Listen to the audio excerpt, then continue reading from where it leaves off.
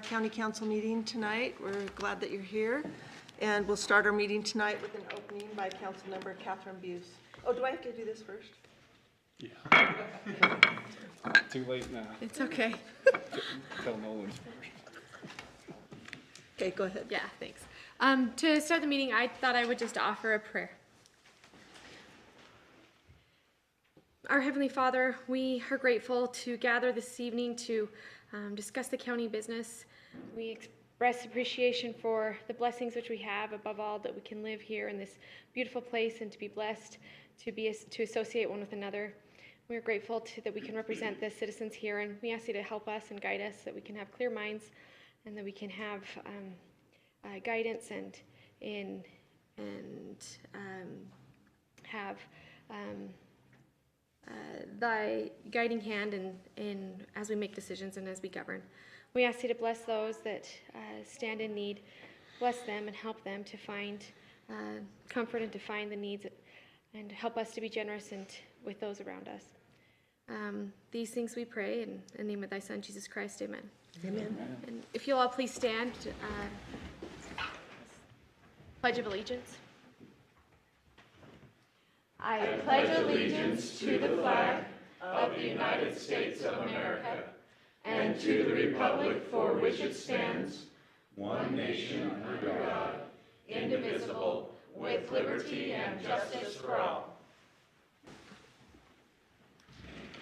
Thank you very much. That was very nice. Okay, review and approval of the agenda.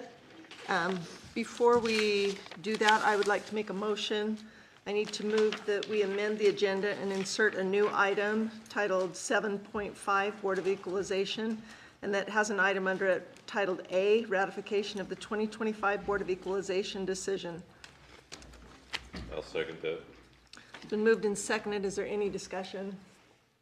Okay, those who would be in favor of that, say aye. Aye. Any opposed? Okay, that was unanimous. Madam Chair, Yes. could we also amend and move 10D past 11, Yes, we, number 11, or just so we get the reports and everything, then we can go right from there into executive session. I would accept that motion. Is there a second? Second. Been moved and seconded. All those in favor say aye. Aye. Okay, that one passes unanimously as well.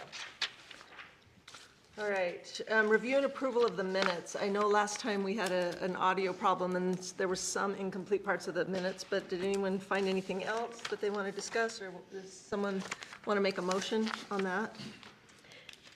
Madam Chair, I move to approve the minutes from January 28th, 2025. Second. It's been moved and seconded. Do I have any discussion? All in favor say aye. Aye. Okay, thank you. Okay, report of the county executive. Yes, thank you, Madam Chair. Just a few quick items for you this evening. First, we had a fire board meeting today, earlier today, and we had a public hearing and received and accepted the applications of 5 mayors who applied to serve on our board. We'll be making those appointments 1 month from now, on the 11th of March, and we'll be adding 4 mayors to serve on the fire board with us. So just wanted to give you an update on the progress of that transition and reorganization of the Fire District Board of Trustees. Also, we had an airport board meeting last week, and Keegan, they're looking forward to having you there at the airport board. I announced that you were the new appointee, and we're moving forward with several projects at the airport, but one of the things we've been working on is getting more participation from Utah State University, especially considering that they're the largest user of the airport, and that the reason why we have to meet the high standards we have there with the Part 139 certification is because of flights they fly in and out for their athletic programs. And I just wanted to report that we've had some productive meetings with Utah State University, and they've indicated a willingness to help us financially with costs and improvements at the airport, and we're still negotiating. We don't have final numbers, but I expect that their participation will be equivalent to the participation level that the county and the city combined contribute. The Logan City and Cache County, we each contribute $100,000 a year to the airport, and I'm anticipating that what the university ends up contributing will be at least that much, so. Good. One of the reasons I mention that is because there is discussion, and the airport board will be discussing at their next meeting whether or not we would like to propose expanding the board membership, and maybe including somebody from Utah State University, 1 or 2 people maybe. If that is the case, we'll need to come back to the county council and the Logan Municipal Council for a modification to our interlocal agreement. So we'll let you know if that ends up being our recommendation or not. And then the last thing I wanted to mention this evening is I have asked Angie Zetterquist in our Development Services office to serve as our interim Development Services Director. Dirk had been doing that for a little while, and Dirk did it previously, but I've asked Angie if she would step up and do that. I think it'll be a great opportunity for her and for us as well as we move forward in finding a permanent replacement for that. So Angie's here this evening. I think you all know her. She's presented here many times, and I'm confident in her education, her experience, and her ability to lead there. She happens to be a licensed attorney, if you didn't know that. So, and she's done some pretty interesting things in her career around the world. So I'm looking forward to her leadership. And just as an update, we have been moving forward with the process of finding a new Development Services Director. We conducted first interviews, and Councilmember Gunnell participated in those. We're moving forward to some second round interviews, and we'll be reaching out to probably a couple of you to participate in those as well. And that concludes my report for this evening. Okay, thank you. Do any of you have questions for the executive about anything you talked about or anything else? Okay, thanks. Thank you. And congratulations, Angie. We're glad you're here. Okay, item number 6, the interlocal updates. Jairus, were you going to present to us on that? Chair, Council, thank you for your time. I know that there was an update, and I worked with, well, Jordan actually made sure to include in the Bear River Association of Governments interlocal the request from Nolan. I just want to briefly point that out. So at the very end of the interlocal, under the annual review, which was previously there, it was section 9.10. It talks about how the local health officer and the attorney's office will conduct an annual review. In addition to that, the findings of the review, along with any recommended changes and an overview of the overall context and structure of the interlocal agreement, will be presented to the counties as part of the annual report required under Utah code. So we're hopeful that that would encompass everything that the council would want the health department to report. It would be complying with Utah code and just ensuring that any changes that are being made to the interlocal due to state law changes or anything of that nature would be reported to the council so that you are aware of that. So other than that, I did want to, there was some questions for both of the interlocals actually regarding authority to appoint. And so where there was some confusion, I've been able to sit down and do some legal research. I've ran this across the county attorney, Taylor Sorensen, as well as a previous county attorney who both agree in the interpretation of this. But with regard to the Bear River Health Department, Utah Code 26A1-109 reads, board members shall be appointed pursuant to county ordinance or interlocal agreement by the counties creating the local health department. And then under, for Bragg, under Utah Code 1113-206, it reads that each agreement shall specify, if the agreement creates an interlocal entity, which it does, the manner in which the members of its governing body are to be appointed or selected. So under these two code sections, it does give that authority to designate the how the appointing is done. And so there really is no need to change those sections of the code that we talked about last time. And therefore, we've just kept it as written, and we'll move forward on that. And that is basically that the legislative body, which would be the county council, will make those appointments for each of those interlocal entities. Pending any questions, that's all I have. I do have a question about that, Jairus. State law says that any appointments made by the county are made by the county executive. So it would seem to me that the interlocal agreement is then superseding that statute.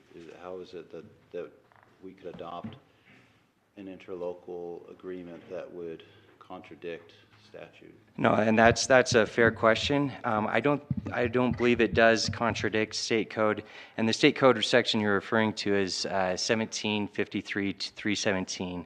That code reads that the appointment of a person to fill a position on a board, committee, or similar body whose membership is appointed by the county shall be by the county executive with the advice and consent of the county legislative body. So that's a general application. That's under Title 17. Title 17 is the law that governs counties. So the codes that I had read previous to that, code 26A 109 and then 1113-206 are more specific. The Supreme Court in Hall v. Utah State Department of Corrections stated, when two statutory provisions conflict in their operation, the provision more specific in application governs over the more general provision.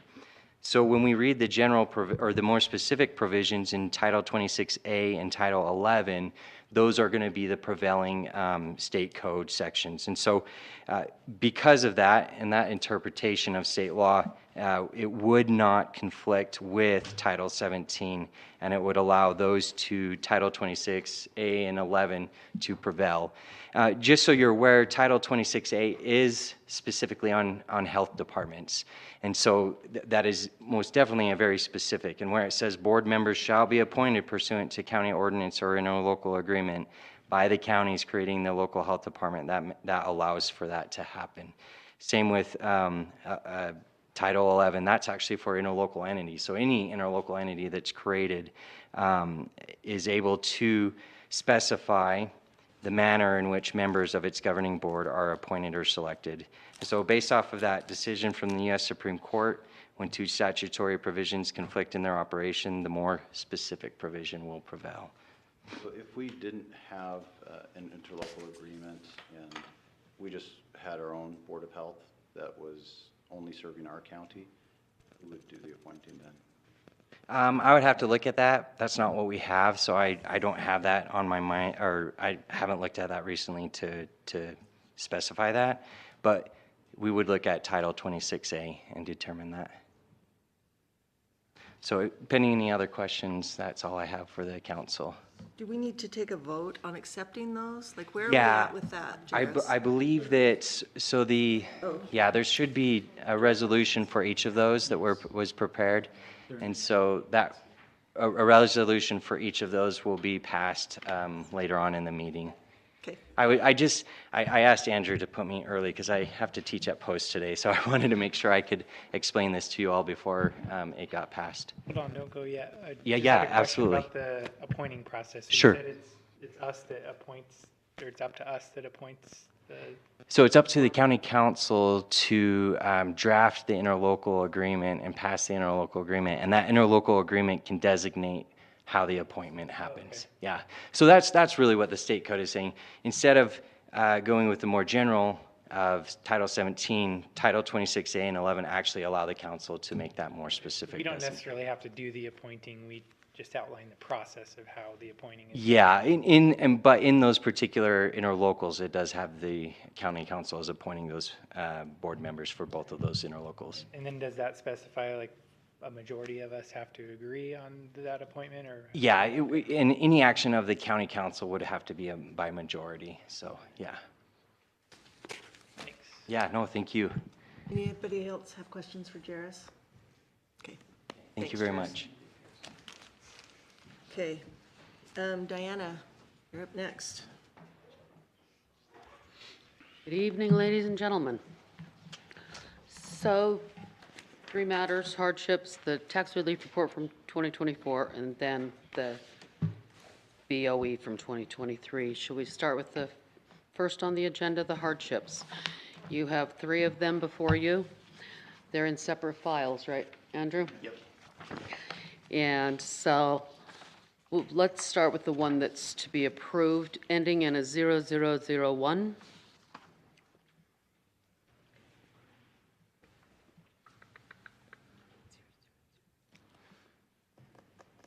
We don't I- have that number, Diana. Yeah, we do. Is it, oh, it's that one, right? Where does it say 000? It's listed as 07-A-Prop, we can't say the name. Got it. 6971. I see it. So we left out the zeros. I don't see it. That's, okay. I have Okay, I'll get it. Hmm? I've looked through this, and I would move that we approve this one at the suggested rate of 50%. Do I have a second on that? second.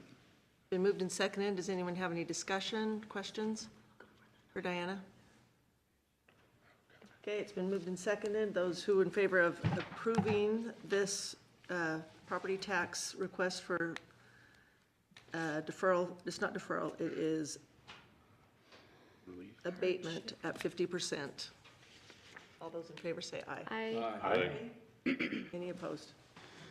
Okay. The remaining two that are, we can't say the names in. Yeah, we can see those. No, There's only- 07, one's list ending in 250 and the other in a 96. Both of these come to you with the recommendation to deny based on information non-compliance, meaning they did not submit the documents, even though they were contacted several times in several different methods to try to get them. And I would just, I would then go ahead and move to approve that the requests of denial for numbers 250 and ending in 250 and 96 for lack of documentation. Second. It's been moved and seconded that we accept the motion to deny those two property tax abatements. All those in favor say aye. Aye. Anybody opposed? Okay, thank you. I'm an aye. I forget to say aye. the tax relief report. I didn't say nay. Okay, 7B, 24 tax relief council report.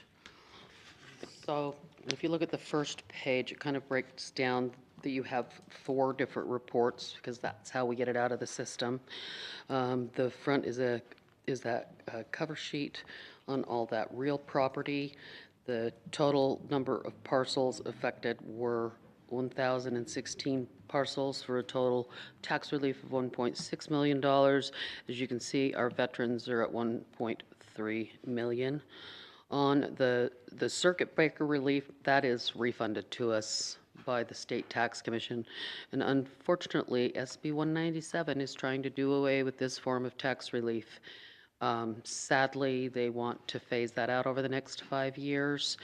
If any of you are interested in looking at that or protecting our elderly population that's in their homes, that's something I'm working with our group to oppose.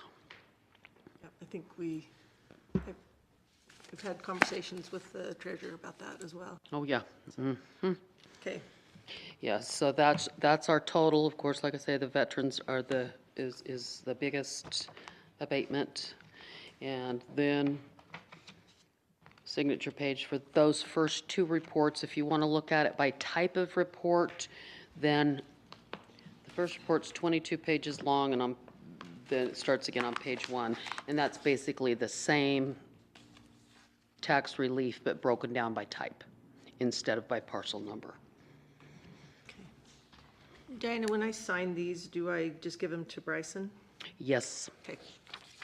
I didn't know if you Yes, needed- and then that third report is just on personal property, which are veterans and circuit breakers that have home trailers in the valley. 7 total home trailers for a total of 2,500. And then the very last report are back tax adjustments. All of these are allowable as a postmarked payment, except for page 2, about a third of the way down. This was a settlement that the council authorized in February for this gentleman to pay 5 years' worth of his taxes and like waive the penalty and interest. And so that's the largest amount of that money. Any questions for me on those? Any have questions? Vote on this? I don't know about Do we need to vote to accept that, Diana, or is this just for our information? A vote can't hurt. Okay, If we're not sure, that's not my, all right. I would accept a motion to accept this report as it's been presented. I'd so move that we accept this report for 2024 tax relief as presented to us. Second. It's been moved and seconded. All those in favor of that motion, say aye. Aye. Anybody opposed to that? Okay. Thank you, Diana. I know this is a huge project. Always, always. Okay. that's are what you- we're here for, to serve our population, right? So moving on to the 7.5, if you'll go ahead and open the Board of Equalization for me. Does someone need to make a motion for that? Yeah. Make the motion that we move, that we enter into the Board of Equalization. It's been moved and seconded. All those in favor say aye. Aye. We are in the Board of Equalization. So before you today, this colorful sheet that's not in your packet, so I brought it old school on a paper form. We just met this afternoon with Dave and Barbara to finalize the adjustment. This fellow at the very top, you'll see that the name of this low-income owner, 72 parcels in all. In 2023, if you see that this pre-BOE adjustment, that the assessor's office had worked with him on adjusting his value, but he had wanted it to go down $12 million, and he got a $1.8 million adjustment. So that's like 6 columns over. He did not file by the deadline of September 15th, but instead came in and filed on November 27th. So he was dismissed as late. He took us to the state. The state issued an order this November 24th to reconvene the local BOE. So that is why we're looking at 23 values. So we had a hearing on the 7th of January, and then they had to have some more time to respond in writing because they had lawyers and owners and, fairly high-powered group advocating for that adjustment. And so then in the far right column, that is the amount of the adjustment. The peach-colored is the council's decision. And if you go over to the 5th column where it's purple, it says 2023 pre-BOE. That was the market value that went on to his tax notice after his 1.8 million. So that's the difference between that column and the council's decision.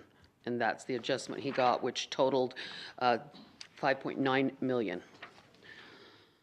So in total, on these 72 parcels, he got nearly an $8 million adjustment. So we ask that you ratify that decision that was made in the hearing by Barbara and Dave.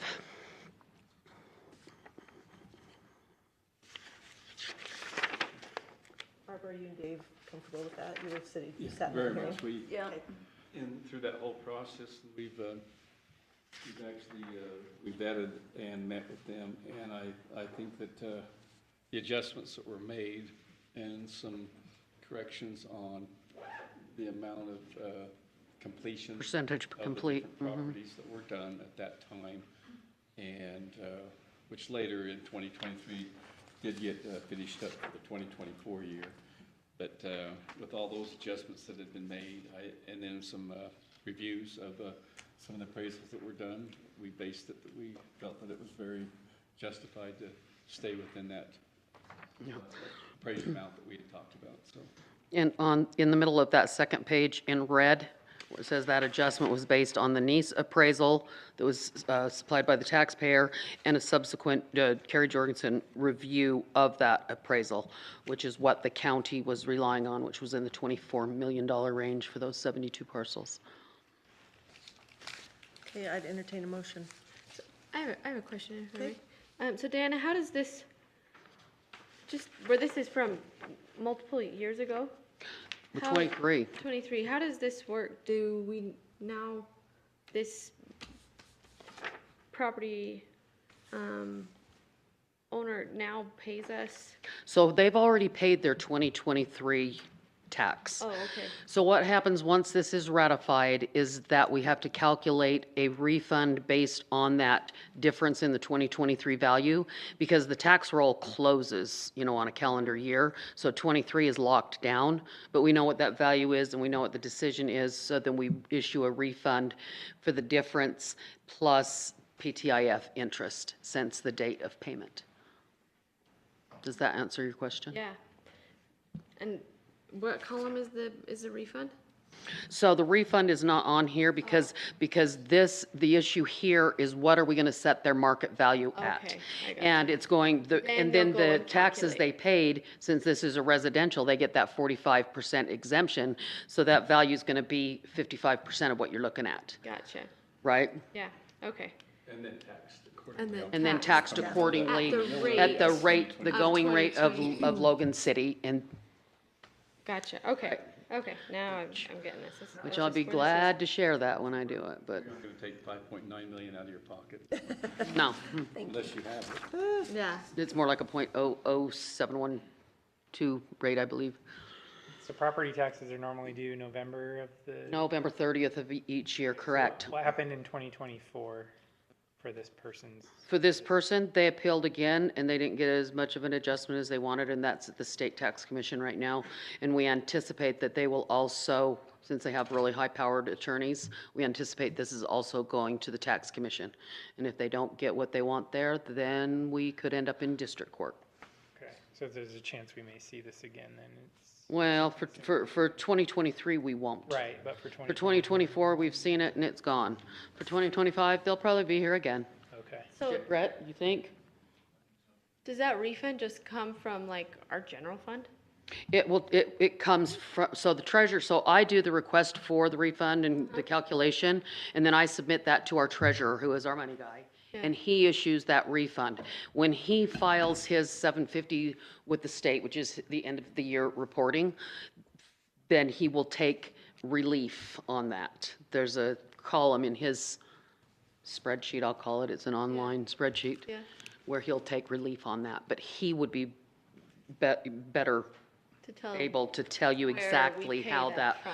works. But we do, I mean, it will be reported, it will reduce our overall value, and in future, it will minutely move the tax rate up.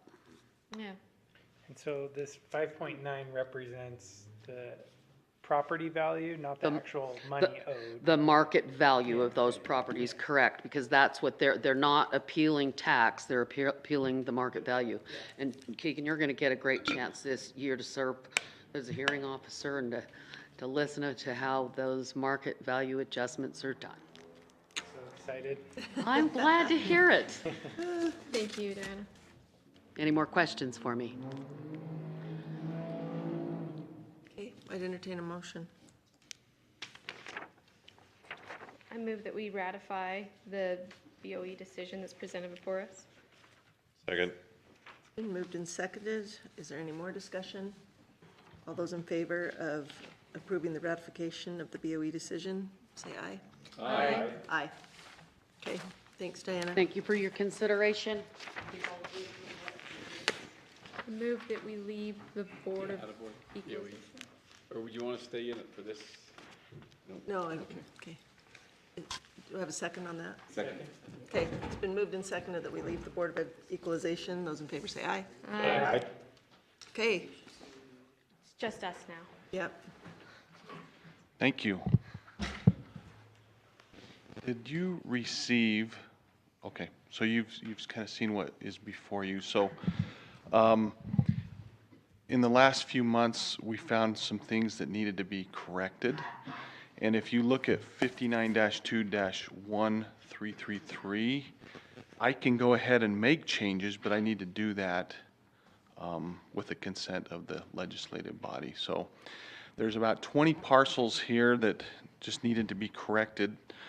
A number of them, almost half of them, were parcels that started the year as exempt. Maybe some of them were owned, one building was a North Logan City office building that moved from exempt to taxable, so that's one of the changes. About 5 parcels. There was another one that was the Hyde Park Cemetery District parcel, and it moved to a private owner. So that kind of gives you an idea of what some of these are. So those were things that came, and then there were some errors from the assessor's office that also needed to be corrected. Mostly they were Greenbelt, so people had applied to be on Greenbelt, but the right check boxes did not get put into our system. And so we needed to correct those, and so that's what the majority of these are. There was a house that was discovered after the tax roll closed, and we needed to add that back, so there was some additions. So if you have any questions, I'd be happy to answer them. Do we have the total plus or minus somewhere? No, just the second line from the right is the changes. So some of them are negative, some of them are positive. The positive ones were like the North Logan City added that, but some of these were negative partly because of the green belt. So, but then there was a big addition, the last one, 1385-1. Well, actually, that was in SEG that happened. The house had not been moved to this parcel, and it should have been. So there's really no total. It's just you're approving each one, kind of. Anybody else have questions for Brad? This will happen from time to time. We just have to correct the tax roll, but it needs to be done with your consent. Anything that's done after May 22nd. So we talked about BOE changes, but any corrections that need to be done with your consent. Okay, I would entertain a motion on that one. I would so move that we accept the assessor's tax roll corrections. I guess it'd be dated today, February 11th, with those changes. Second. Is there a second? I'll second. A second. Okay, it's been moved and seconded that we accept the tax roll corrections that have been brought before us. Is there any discussion further? All those in favor say aye. Aye. Aye. If there's any negative on that? Okay. Thank you. Thanks, Brett. Okay, all right, let's go to our pending action. 9A, Powder Mountain rezone. Request on that, isn't there? Yeah, Angie? You requested to move that.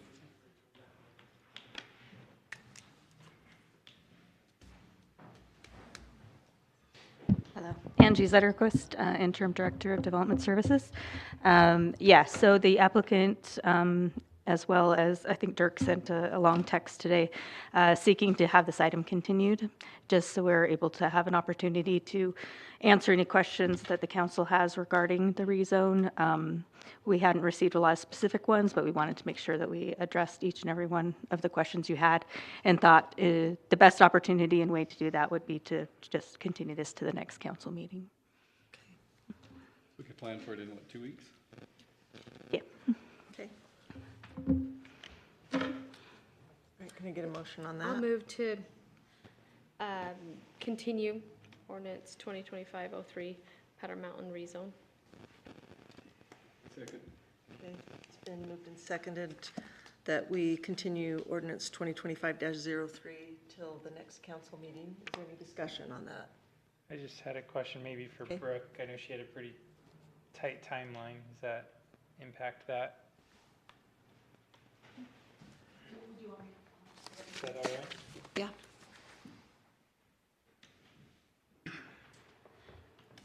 Thank you. I appreciate the question. Brooke Hantz, Chief Development and Construction Officer for Powder Mountain.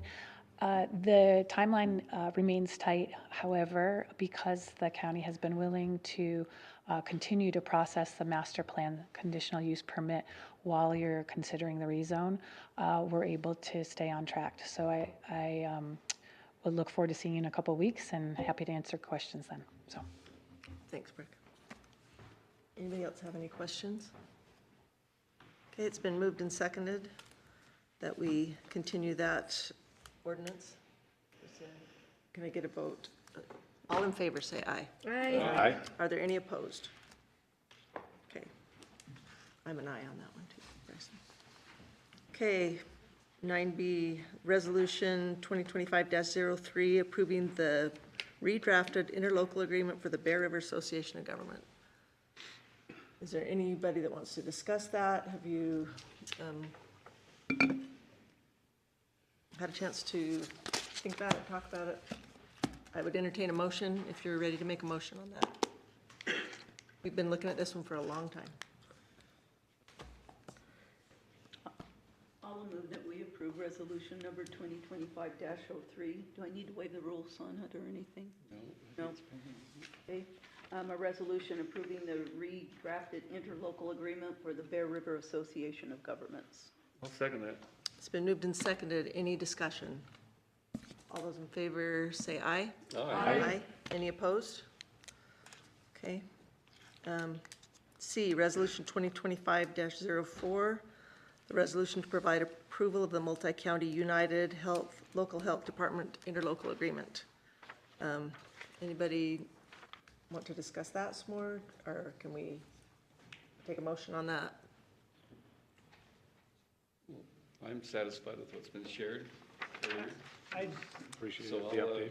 I'll go ahead and I'll move to pass Resolution 2025-04, the resolution to provide approval of the multi-county United Local Health Department interlocal agreement. Second. Okay, it's been moved and seconded. Keegan, did you want to say something? Yeah, I just had a question about appointing board members. Can we Okay. delegate that authority to someone else if we don't want to have to be the ones to approve every? We can talk about it as a That's council. part of being on the council, Keegan. Yeah, it's kind of what we do. Delegating, right. That would have to be a group decision, but Okay. that authority is delegated to us Right. already, and so, yeah. Okay. So but when it comes time to do that, we will obviously discuss all angles. Okay. Sounds Okay. good. Do you mean delegate it like to the executive to do? Or someone in the executive branch. That's how it's laid out in our Organic Act and state law. And it's the pattern that's followed from our Constitution by the President and the Senate, by the governor and the state legislature. That's just the way the American form of government works, is the executive makes appointments and then the legislative branch approves them or provides advice and consent or confirms them. There's been several times where that's been changed in our county. I think it's actually more cumbersome to do it that way. To make a decision like that by committee is, I think, a little bit more difficult. The council's been through that a few times, like with cemetery districts. I think it's simpler to have one person propose a name, because even with a proposal by the executive, the council still gets their say, and no one can get appointed without advice and consent from the council. So that's, I think, a departure that's been made in both of these that are before you tonight from the traditional method that we've always used. That there've been a few of those types of departures in recent years, and I personally don't think it's good government, but according to Jairus, you have the discretion to change that. I don't agree with that, but that's up to you guys. thank you. That answers my question, thanks. Okay, I have confidence in what Jairus has looked at and researched, so I'm okay with it. okay, it's been moved and seconded that we approve Resolution 2025-04. All those in favor say aye. Aye. Any opposed? Okay. All right, great. Other business, we are down to other business. Okay, Andrew, do you want to talk about the amending the holiday schedule? Yes. So, sorry, let me pull it up real quick. So originally, this proposed amendment also included a proposed change related to Juneteenth, but I talked to Amy and it's no longer an issue. We figured out that the day that it's observed is the preceding Monday, if it's not already on a Monday, so that's fine, but the items that are still needing consideration that absolutely have to change is November 11th is Veterans Day, and that is a federal holiday. If you guys want to reschedule that, that's within your means, and if you also wanted to, change around your holiday, your meeting schedule for the rest of November and all of December, that's up to you, but just a reminder, the Organic Act requires you guys to at least meet at least twice a month. So, just a reminder on that. So my thought about that would be, since the Veterans Day is a holiday, that Tuesday, that in November we meet the 4th and the 18th. Yep. But just a heads up for everyone's knowledge, November 4th is Election Day. It's, We met last We've year. met on Election Day. We've met on Election Day before. We just won't have Bryson here with us. sounds good. Is it local elections this year? City elections, yeah. City, municipal. So that was what kind of Andrew and I had talked about as we had this It discussion. puts us a but little we- further away from Thanksgiving too, which Yes. might facilitate people's travel and stuff too. Yeah, so if we did the 4th and the 18th in November, and then December, then that would be 2 weeks later, we do the 2nd, and I would say the 16th, but I don't know, do you guys want to do the 2nd and the 9th and get it done before Christmas? Here's the thing, if you look ahead at the calendar to January, the second Tuesday in January is actually the 13th, and so if we met on the 9th, that's 1, 2, 3, that's 5 weeks between meetings, which we'll have done the budget by then, that might be a nice break, but if we met on the 2nd and the 16th, then that would make it be only 4 weeks between those meetings. So that's just a discussion, what do you guys think? I'm fine with the 2nd and 16th. Yeah, the December dates are fine with me. I'm not concerned there. I am curious about dates for any UAC things in November. Yeah. But I don't know if we have any of those dates They're yet. available yet either. I looked once and I didn't see anything for November yet, but. Yeah, there's actually a board meeting tomorrow night, and I'm going to join by Zoom, so I will ask them if they have those dates. I'm sure they do. They should have places booked. UAC is usually the week after Election Day. That's usually why they changed the conferences, it's just the open canvas, so we weren't able to go as much. So, Which would put it on the 11th or around there, so that would work with our proposed idea to move those each up a week in November. While we're talking about this too, I know this isn't specifically highlighted, but I think it was the treasurer that pointed this out, that end of September and then the mid-October meeting have a pretty big gap, and that's when we're gonna be talking about budget. Do we want to do anything with that or deal with that another day? Yeah, I don't think we need to move meetings. We just need to make sure we are prepared and done before the end of September, before that last meeting in September, so that we can make decisions about truth and taxation and before those notices go out. And hopefully we can do that. If something occurs and we're in a really tight situation, we can discuss that. But I think if we try and stick to this schedule and keep ourselves organized, we should be okay. So Sandy, your suggestion is the 4th and the 18th of November, and then the 2nd and the 16th of December? Does that, if that Yeah. worked for everybody? I like keeping it the 9th, that first and second week and be done. Do it the 2nd and the 9th? Yeah, I like doing that. That's- There's the later in December, as soon as you hit that, after that second week, things start getting really, really hectic and busy for people. So, That puts 5 weeks between meetings. and that's fine. That's all right. I'm optimistic that this budget year is gonna be Yeah, so it smooth will. that we'll be Clean. done by November. We refined a lot of things last year, and it's getting better. Okay, We'll be fine.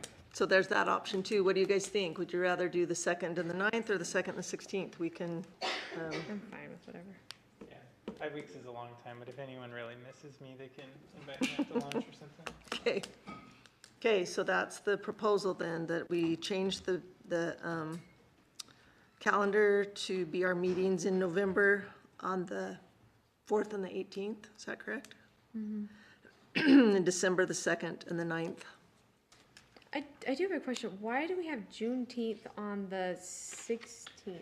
Because, State law changed it so that unless it occurs on a Monday, like, for example, this year, it's going to occur on a Thursday, I believe. So state law says it's just going to be celebrated on the preceding Monday, or observed. So This if is I think that's Thursday. dumb, I should talk to our state legislators. why is it? That's on- not how I would put it, but yeah. Well, I mean, it's just because everything else we observe on the federal, it's a federal holiday, so we observe it on the federal day. As a person who that affects like our jobs, Yeah. we come to record things and it's really kind of messes things up because we can't record things and then there's those 2 dates that we can't record things because we can't record things on the federal holiday, but then we can't record things on the observed holiday. So it just is a little chaotic when we observe every other federal holiday. Yeah. When, Andrew, I think this is a mistake though. No, it's right. No, I was It's going being to- observed on, oh, no, it says Thursday on here. We need to correct Yeah. that to Monday. oh, my bad. Yeah. June 16th. So it's gonna be Okay. observed on On Monday, Monday. the 16th. Yep, I can correct that as well. Okay, But perfect. the way that Amy described it, just to address your concern, was the state, all of its offices and everything like that are going to be observing it that one day, so on the preceding Monday. So her concern was it wouldn't make a lot of sense for a lot of our offices to be open when a lot of the state offices that they work with aren't open as well, so. Yeah, I get we're following what the state statute is. I just think that the state kind of is weird on that one day where the rest of them are the federal holiday. Yeah, no, I agree. So do we need to make a motion on that? To change? To change the November and December dates? Just change in November, are we? We're saying change in December, I thought we're keeping it 2nd and 2nd, 9th. 9th. Okay, just to change November to the 4th and the 18th. So moved. 2nd. Been moved and seconded that we change November's dates to the 4th and the 18th. Any discussion? All those in favor say aye. Aye. Any opposed? Okay, perfect. Okay, the council member, the committee assignments. I think does anybody want to make any changes, or are we, this is the same as we handed out last week, right? It's the same as we handed out, so. Okay. All right, there is one change that we overlooked the fact that our building department, Dennis Gardner, does not have a liaison. He reached out to Andrew and I, and so I told him I would be his liaison, but I didn't know if someone else wanted to take that on, if someone had a particular interest in being that liaison with the grounds department or the building department. But what we need to add that department to our list so that they have a liaison as well.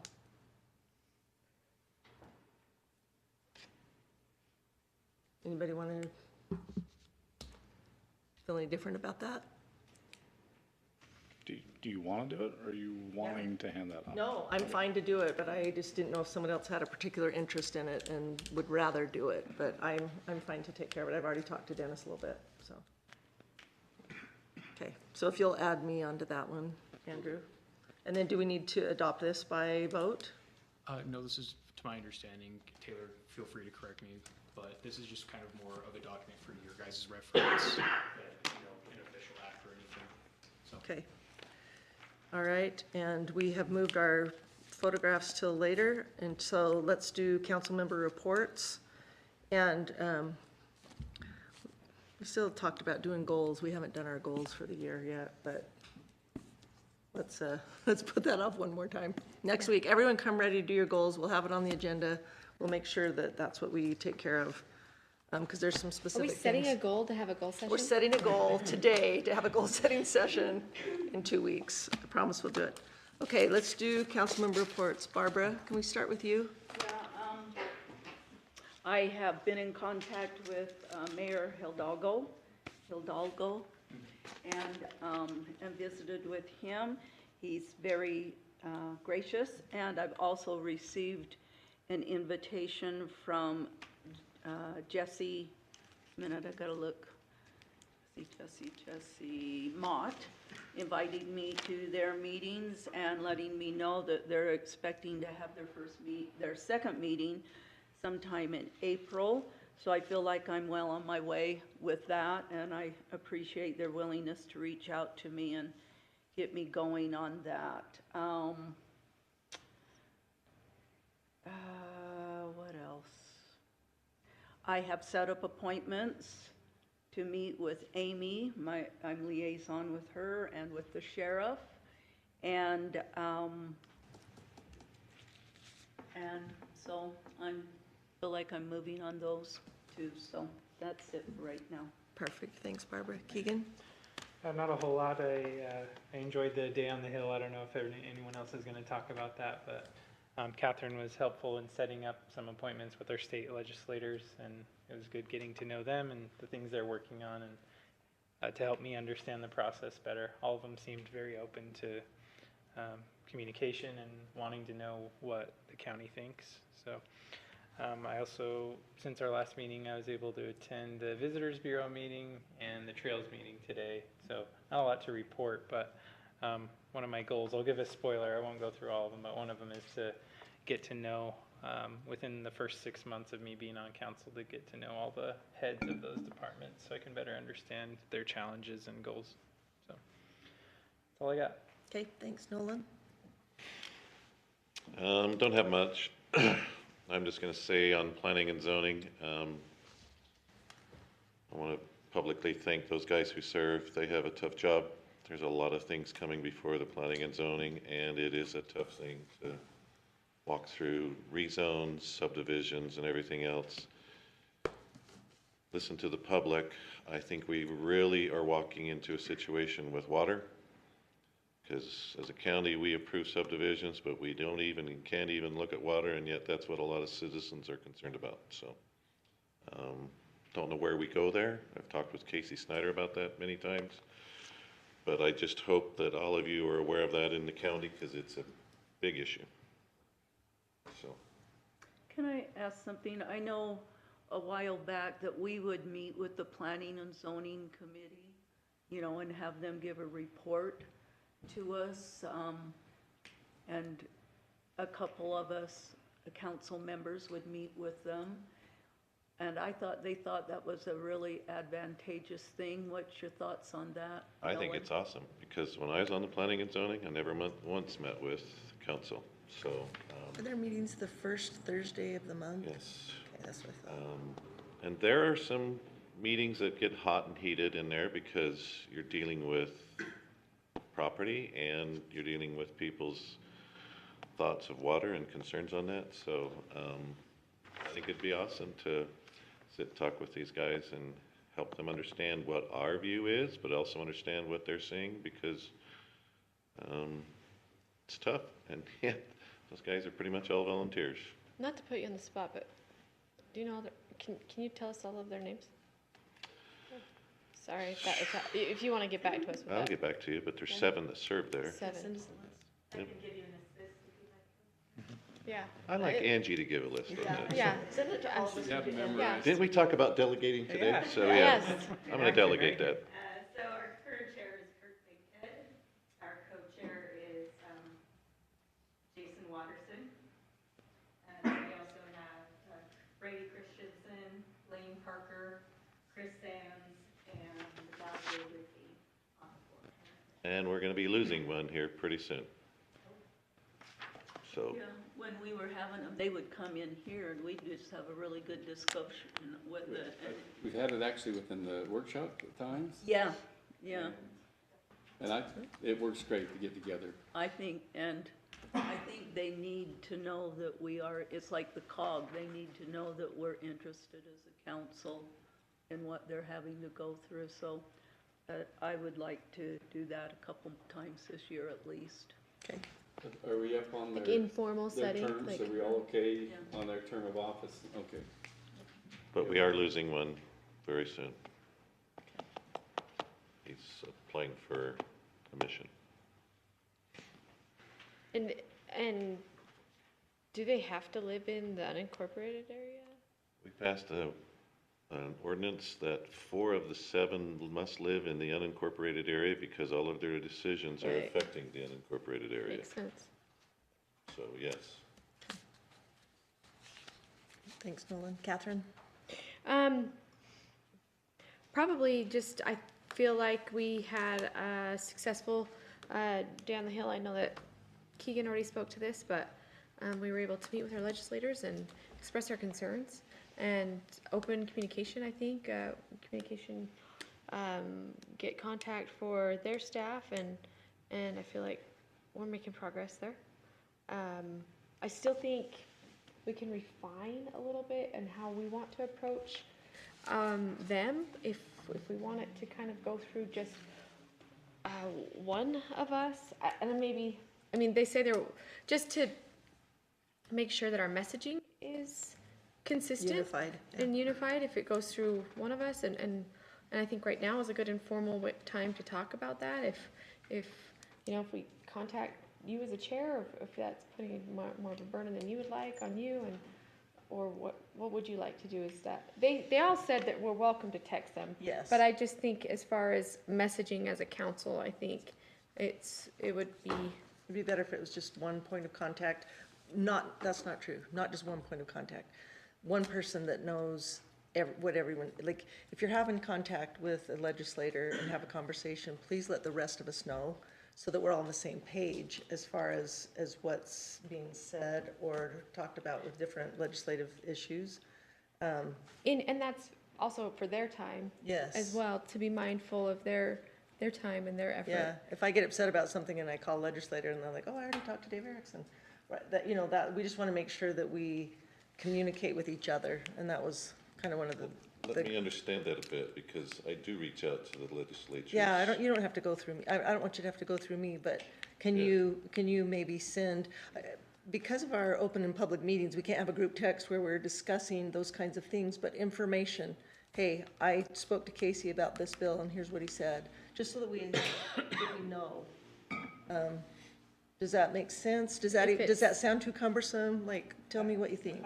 Yeah, I would appreciate that, and I don't think it necessarily has to be one person to talk to all the legislators, Yeah. especially where some legislators cover one of our districts, like there's a lot of overlap, so it might make sense for, I think of like me with Jason Thompson, for example, maybe I'm the one that's, most of the communication's going there, or maybe Nolan with Casey, or something like that.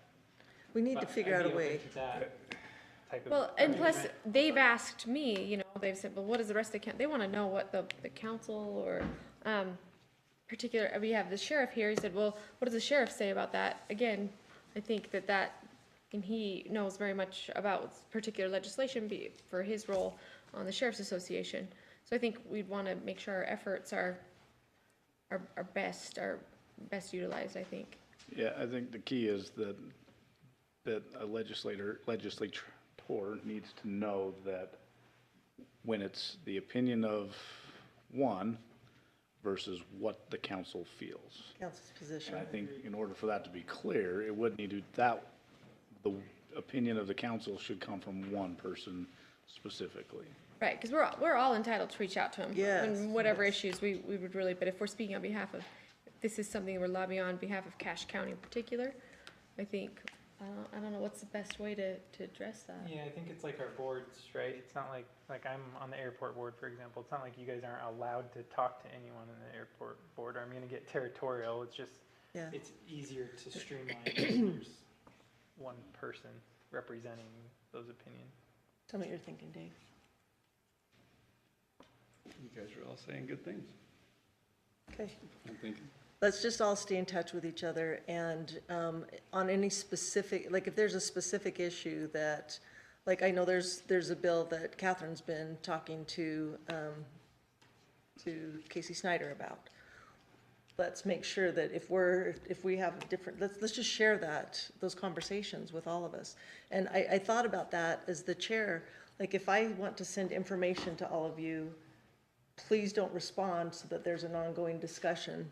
This is information, just so that you know that. If you want to respond to me, call me, text me, and the same goes with everyone else. Like if you have an issue or something you're dealing with, let us know so that we can make sure we're not doubling our efforts or even giving conflicting messages to our legislators. I think that would be difficult for them. Like, who do we talk to in Cache County? And so I think so far we've been doing okay. I think we've been working really well together. We just need to make sure we communicate to each other so that as we speak for the council knows what we're saying. Does that make sense? Is that still too loose, or is everybody? No, and I think if we disagree on something, we should talk about it here so that everyone. Absolutely. That discussion's public. And, Okay, all right, good. Dave, what would you like to share with us?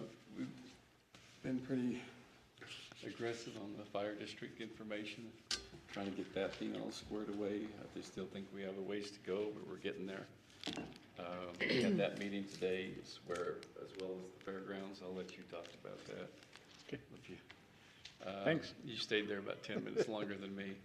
So, and then it has been very volatile down at the legislative sessions. Just hang on.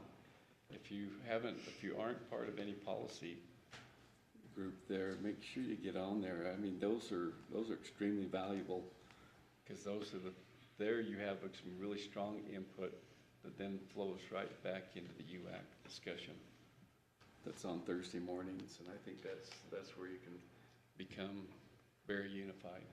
It has been frustrating to go talk to some legislators and find out that someone else from the county has talked to them and had a very strong opinion against what we as a council, I know, basically we're in favor of. And that's worrisome. But other than that, I don't have anything else. It's 100 miles an hour right now. So. Great, thank you, Mark. Yeah, so the only group that's met since our last meeting that I've been involved with is the Fairground Advisory Board. We met this morning. A good overview was presented of the activities and a report on the event center. They're still staying very busy. They are, it's rented out and utilized quite often. There are some challenges in administration and municipal code of compliance, et cetera, that was discussed, but we probably have more to discuss about that going forward that would come to the council. So until that's formally organized, I think I'll hold off on that, but we can talk about that if you'd like in a case-by-case basis, or reach out to Bart down there at the event center.